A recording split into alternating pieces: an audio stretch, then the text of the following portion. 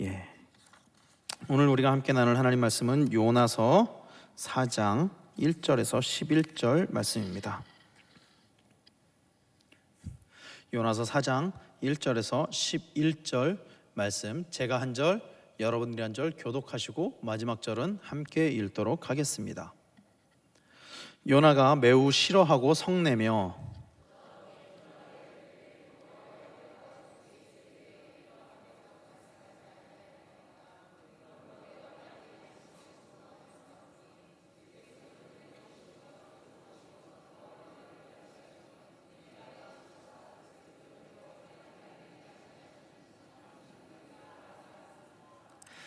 여호와여, 원하건대 이제 내 생명을 거두어 가소서. 사는 것보다 죽는 것이 내게 나음이니이다 하니, 요나가 성읍에서 나가서 그 성읍 동쪽에 앉아 거기서 자기를 위하여 초막을 짓고 그 성읍에 무슨 일이 일어나는가를 보려고 그 그늘 아래에 앉았더라.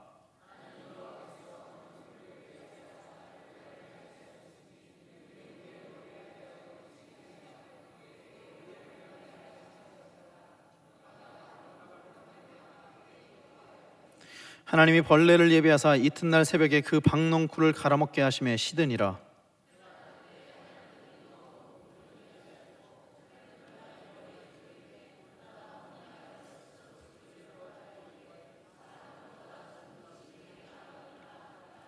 하나님이 요나에게 이르시되 내가 이 박농쿨로 말미암아 성내는 것이 어찌 옳으냐 하시니, 그가 대답하되 내가 성내어 죽기까지 할지라도 옳으니이다 하니라.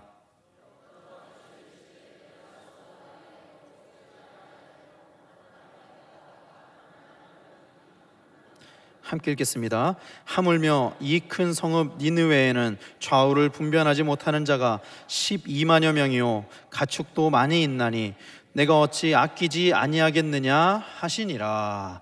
아멘. 할렐루야. 우리 옆에 있는 성도님들과 함께 문안하겠습니다.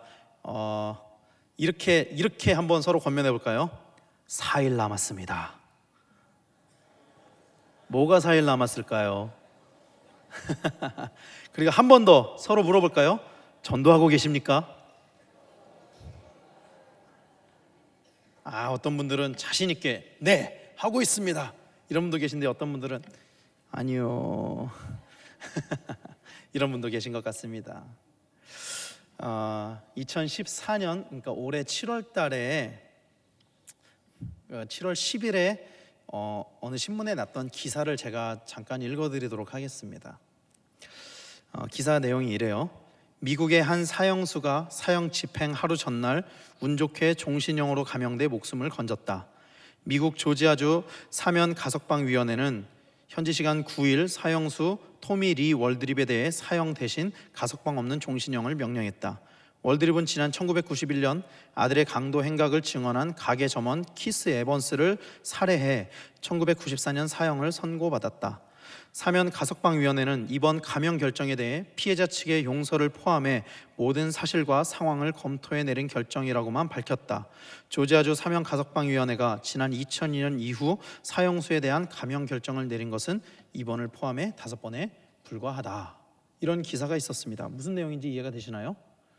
사형을 받아야 되는 사람이 사면을 받은 거예요. 근데 완전한 사면은 아니고 종신형, 그러니까 우리말로 이야기하면 무기징역 같은 거죠. 그렇죠? 그렇게 됐다라는 것입니다. 제가 여러분들에게 한번 물어보겠습니다. 여러분, 복음은 무엇입니까? 우리 교회에서 복음 많이 이야기를 하는데 복음 무엇입니까? 여러분,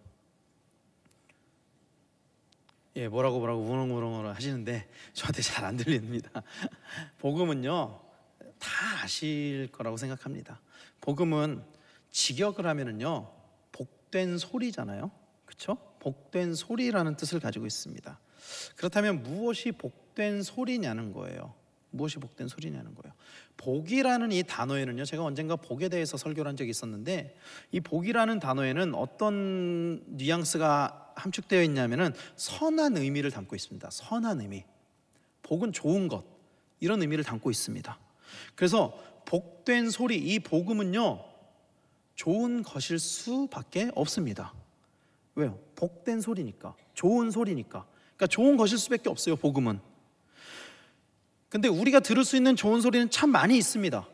그렇죠? 좋은 소리 참 여러 소리를 많이 들을 수 있어요. 우리한테 기분이 좋게 하는 소리들. 그렇죠? 우리 옆에 있는 성도님들 한번 바라보십시오.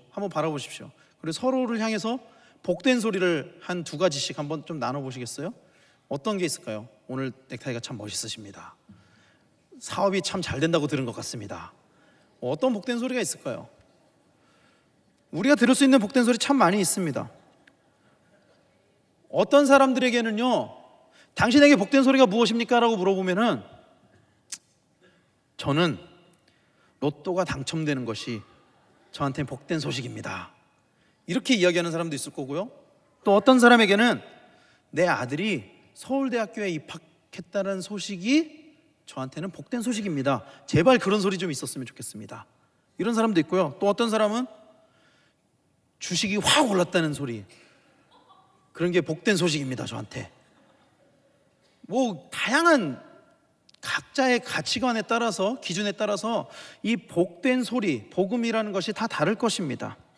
근데 그 모든 이 복된 소리, 우리가 들을 수 있는 좋은 소리 중에 가장 좋은 소리, 가장 복된 소리가 뭘까요?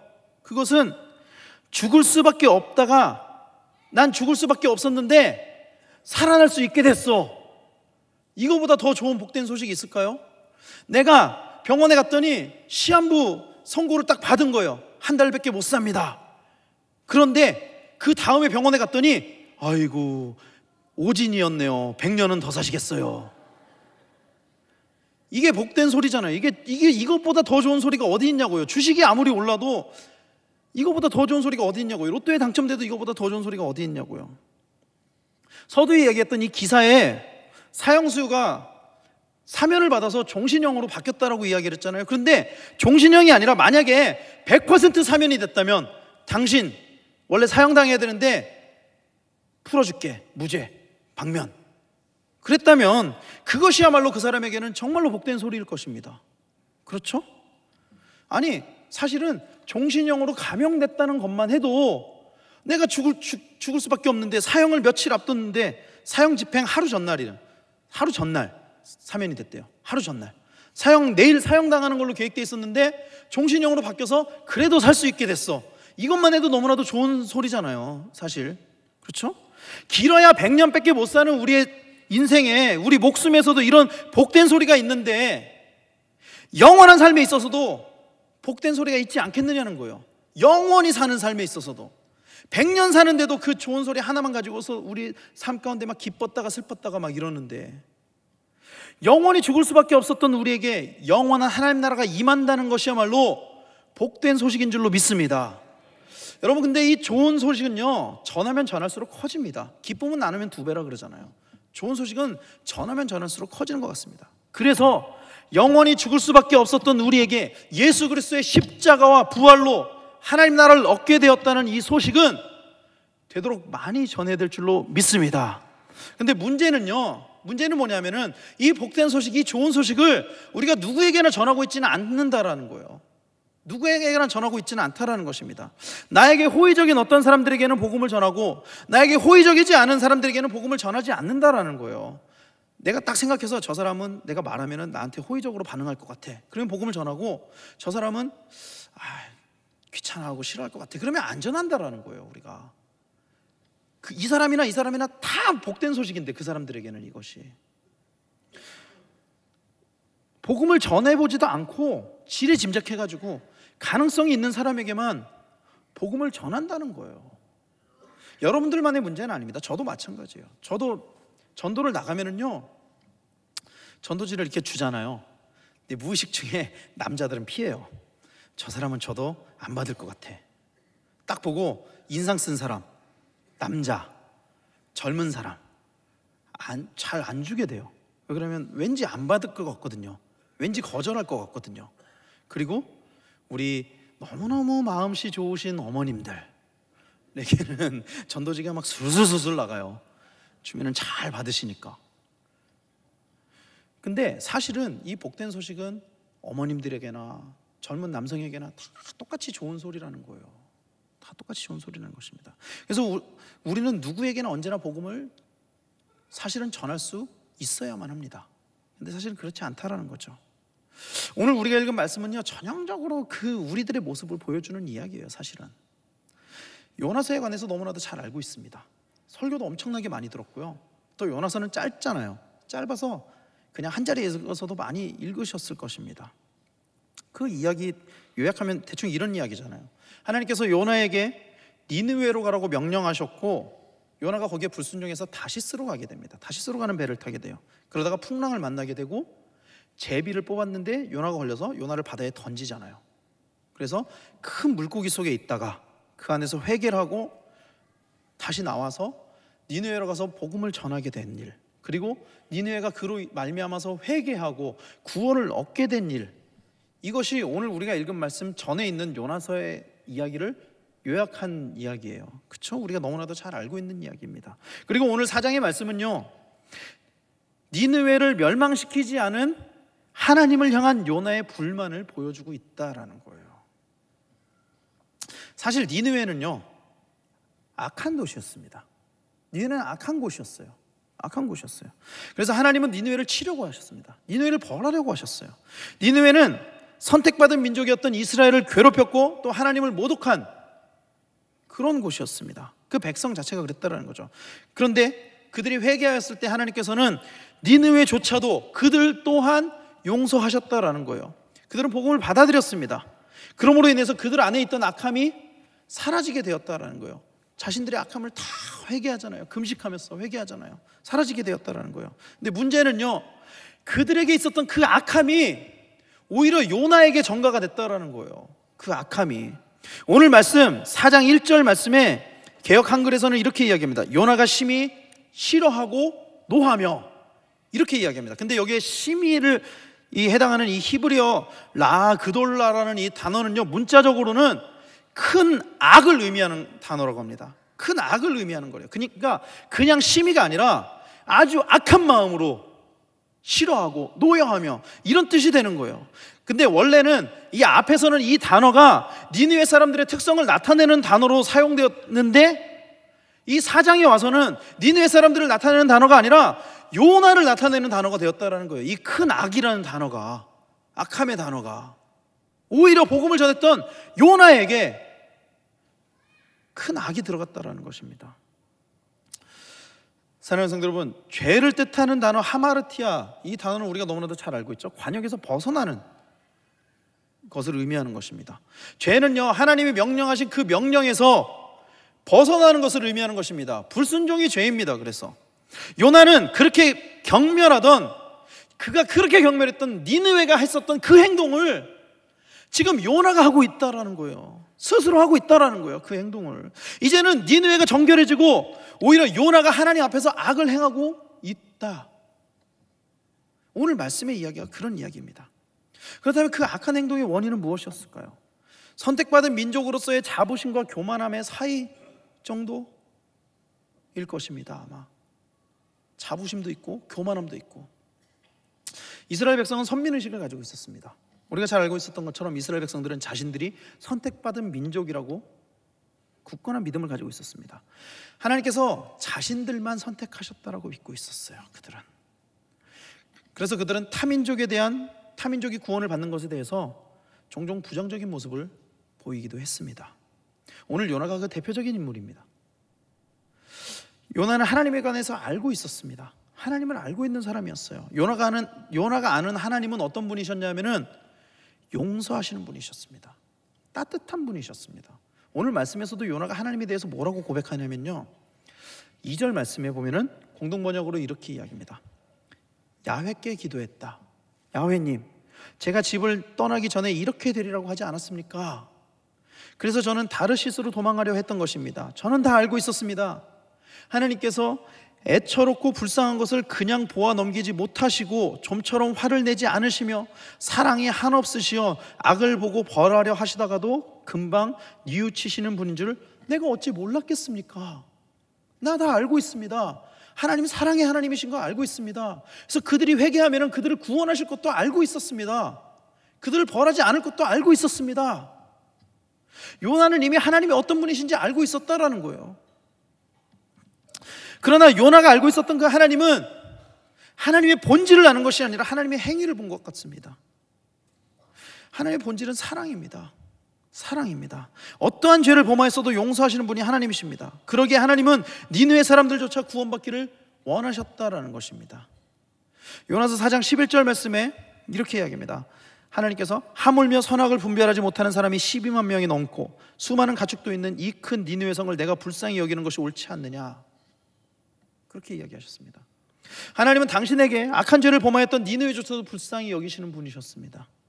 그러나 하나님을 알고 있는 요나는요, 오히려 하나님을 알고 있었던 그 요나는 하나님의 뜻을 거역하려고 했다라는 거예요. 하나님의 뜻을 거역하려고 했습니다. 사랑하는 성도 여러분, 구원을 결정하는 것은 내가 아닙니다. 그것은 하나님의 영역입니다. 그것은 하나님의 영역이에요. 내가 아무리 미워하고 좋아하지 않는 사람이라고 해도 그 사람이 하나님을 믿으면 구원을 받을 수 있는 거예요.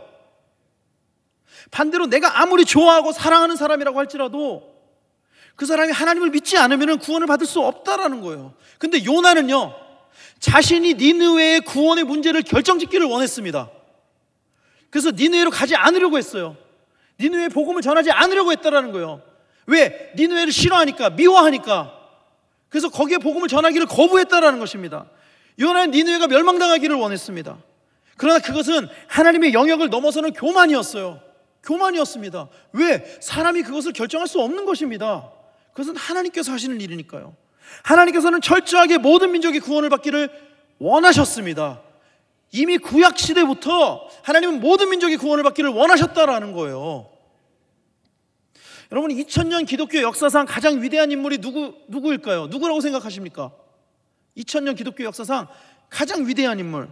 대부분의 사람들은요, 이렇게 물어보면은 사도 바울이라고 생각합니다. 이렇게 이야기합니다. 대부분의 사람들은 그 가장 위대한 인물 사도 바울로 꼽기를 주저하지 않습니다. 왜요? 바울은 가장 위대한 전도자였고 가장 많은 성경을 쓴 사람이기도 하기 때문입니다. 초대교회 시절에 사실은 바울 외에도 수많은 전도자들이 있었어요. 바울만 전도하러 나간 게 아니에요. 예수님의 11명의 남은 제자들도 다 전도하러 나가다가 순교당했고요. 또 그 외에 초대교회 많은 성도들이 복음을 전하는 삶을 살았습니다. 그러나 바울은 그들보다도 한 차원 더 높은 전도자로 여겨졌습니다. 왜요? 그것은 당시 유대민족에게만 있었던 구원의 패러다임을 완전히 바꾼 인물이었기 때문입니다.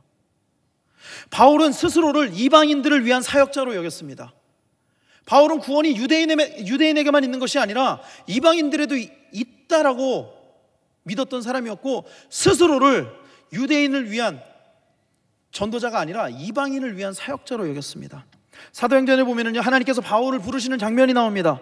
바울이 눈이 멀어가지고 먹지도 마시지도 못하고 있을 때 하나님께서 아나니아라는 사람을 바울에게 보내시기를 원하셨습니다. 그때 아나니아가 하나님에게, 하나님, 사울이라는 사람은 우리를 핍박한 사람입니다. 근데 왜 그 사람에게 가서 기도하라고 하십니까? 그랬을 때 하나님께서 아나니아에게 뭐라고 이야기하신지 아십니까? 이렇게 이야기하셨습니다. 사도행전 9장 15절 말씀입니다. 이렇게 이야기합니다. 주께서는 그에게 다시 이렇게 말씀하셨다. 그래도 가야 한다. 그 사람은 내가 뽑은 인재로서 내 이름을 이방인들과 제왕들과 이스라엘 백성들에게 널리 전파할 사람이다. 이미 하나님께서 사도 바울을 부르실 때부터 이방인들을 염두하고 부르셨다라는 거예요. 하나님의 구원의 영역은 유대인들에게, 이스라엘 백성에게만 있는 것이 아니라 온 천하 모든 만민들에게 있는 것이라는 것을 하나님께서 분명히 말씀하셨습니다. 그리고 바울 스스로도 이렇게 고백합니다. 사도행전 13장 47절 48절에 이렇게 고백합니다. 주께서도 우리에게 내가 너를 이방 민족의 빛이 되게 하여 온 세상에 구원을 베풀도록 하였다라고 하셨습니다. 사도 바울이 스스로 그렇게 고백을 해요. 내가 너를 이방 민족의 빛이 되게 하여 온 세상에 구원을 베풀도록 하였다. 그리고 로마서 1장 16절에도 이렇게 이야기합니다. 나는 그 복음을 부끄럽게 여기지 않습니다. 복음은 먼저 유다인들에게 그리고 이방인들에게까지 믿는 사람이면 누구에게나 구원을 가져다 주시는 하나님의 능력입니다. 할렐루야. 바울은 철저하게 복음에 사로잡힌 사람이었습니다. 그리고 그 복음 안에서 자신을 부르신 하나님의 부르심에 충성으로 응답하였습니다. 하나님은 모든 민족이 구원을 받기를 원하시는 분이십니다. 믿으십니까? 바울은 누구보다도 순수한 유대인이었습니다. 바울은 누구보다도 순수한 유대인이었고 그 중에서도 가장 존귀의 여김을 받는 지파 중에 하나였던 베냐민 지파의 사람이었습니다. 그런데 하나님의 마음을 알고 주저하지 않고 이방인들에게 복음을 전했다라는 거예요. 순수한 유대인이었음에도 불구하고, 바리새인이었음에도 불구하고 하나님의 이방인들을 향한 그 마음을 알았을 때, 그 부르심을 알았을 때 주저하지 않고 이방 민족을 향해서 나갔다라는 것입니다. 그들 중에는 자신을 다스리고 있는 로마인들도 있었습니다. 바울이 복음을 전한 사람들 중에는요, 로마를 향해서도 나갔어요. 요나의 복음 전도와는 전혀 다른 전도를 하고 있다라는 거예요. 바울은 실제로 바울이 전도한 사람들 중에는 다양한 사람들이 있었어요. 유대인도 있었고 이방인도 있었고 남자도 있었고 여자도 있었고, 심지어는 자기를 옥 안에 가뒀을 때 자기를 감시하고 있었던 그 간수에 이르기까지 바울은 그 대상을 가리지 않았습니다. 복음 전파의 대상을 가리지 않았습니다. 바울에게는 민족과 혈통이 중요한 것이 아니었습니다. 자신의 감정과 관계가 중요했던 것이 아니에요. 내가 좋아하는 사람에게만 복음을 전했던 것도 아니고 나와 친한 사람들에게만 복음을 전했던 것도 아닙니다. 나를 괴롭혔던 간수에게까지도 복음을 전할 만큼 바울에게는 그런 것은 아무런 것도 중요한 것이 아니었다는 것입니다. 바울에게 있어서 중요한 단 한 가지는 하나님의 마음과 하나님의 명령이었다는 것을 믿으시길 바랍니다. 그래서 사실은 바울이야말로 그 누구보다도 예수님을 따른 사람이었습니다. 예수님의 11제자, 12제자 그들보다도 바울은 더 예수님을 따른 사람이었습니다. 왜? 예수님께서 자기를 따라오라고 할 때 뭐라고 이야기하셨죠? 마태복음 16장 24절에 보면은 이렇게 이야기해요. 이에 예수께서 제자들에게 이르시되 누구든지 나를 따라오려거든 자기를 부인하고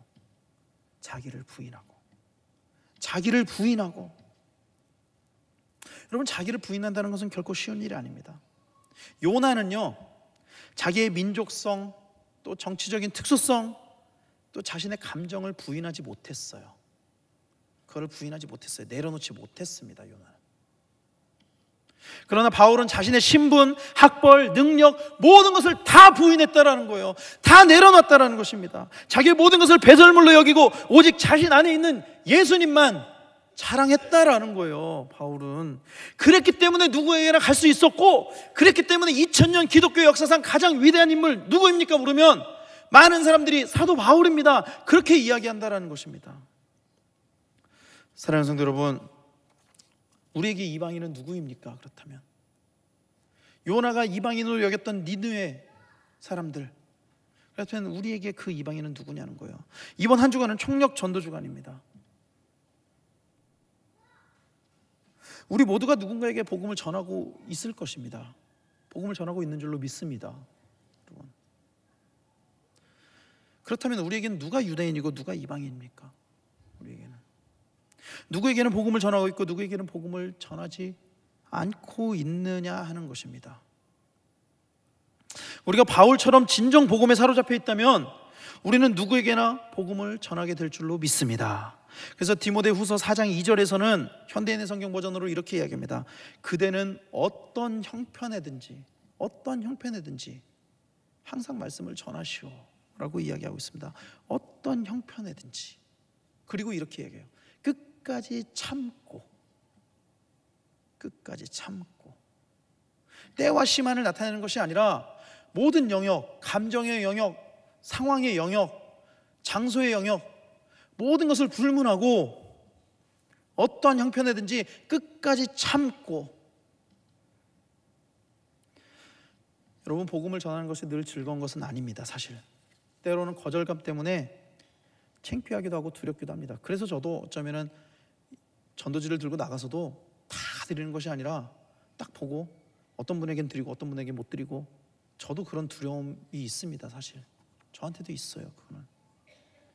그러나 성경에서는 뭐라고 가르치냐면 끝까지 참고 가르치면서 사람들을 책망하고 꾸짖어 올바로 살도록 권하라, 이렇게 디모데 후서 말씀에, 아까 읽은 말씀에서 이야기하고 있습니다. 여러분들은 누구에게 복음을 전하고 있습니까? 매번 반복되는 영혼 추수잔치에서 사실 매번 같은 사람을 작정하고 같은 사람에게만 복음을 전하고 있지는 않습니까? 혹시 2명, 3명 딱 정해놓고 이번에도 이 사람, 이번에도 이 사람, 이번에도 이 사람. 물론 지속적으로 복음을 전하는 것도 참 중요한 일입니다. 귀한 일입니다. 그러다 보면 언젠가는 마음의 문이 열리고 복음을 받아들일 수 있으니까요. 하지만 특정 한두 명뿐만이 아니라 기회가 된다면 우리의 모든 이웃들에게 복음을 증거하는 성도님들 다 되시기를 소망합니다. 여러분, 복음은요 누구에게나 복된 소식입니다. 누구에게나. 어떤 사람에겐 좋은 소식이고 어떤 사람에겐 나쁜 소식이 아닙니다. 누구에게나 다 복된 소식이에요. 다. 현재 예수님을 믿고 있는 우리들에게만 복된 소식이 아닙니다. 예수님을 믿지 않는 그 사람들에게도 사실은 복된 소식이에요.